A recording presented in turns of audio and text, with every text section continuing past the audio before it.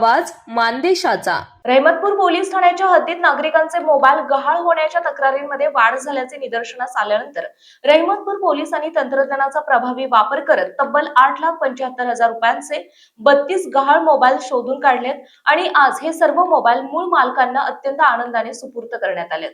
Police अधीक्षक श्री निखिल पिंगळे, अपर police अधीक्षक श्रीमती वैशाली कडूकर आणि उपविभागीय पोलीस अधिकारी श्रीमती राजश्री तेरणी यांच्या मार्गदर्शनाखाली रहमतपूर पोलीस ठाण्याचे प्रभारी सहाय्यक पोलीस निरीक्षक श्री विनोद नेवसे यांनी गुन्हे प्रकटीकरण पथकाला गहाळ झालेल्या मोबाईलचा कसून शोध घेण्याच्या सूचना दिल्या होत्या।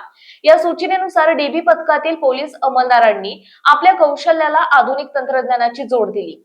CIR पोर्टलच्या मदतीने महाराष्ट्र तसेच परराज्यातून मोबाईल धारकांशी वारंवार संपर्क साधून सततच्या पाठपुराव्यातून एकूण 8,75,000 रुपये किमतीचे 32 महागडे स्मार्ट मोबाईल फोन हस्तगत करण्यात पोलिसांना मोठे यश आले। आपले हरवलेले मोबाईल सुरक्षितपणे आणि विनासायास परत मिळाल्यामुळे नागरिकांनी रहमतपूर पोलीस तसेच सातारा जिल्हा पोलिसांचे मनपूर्वक आभार मानले।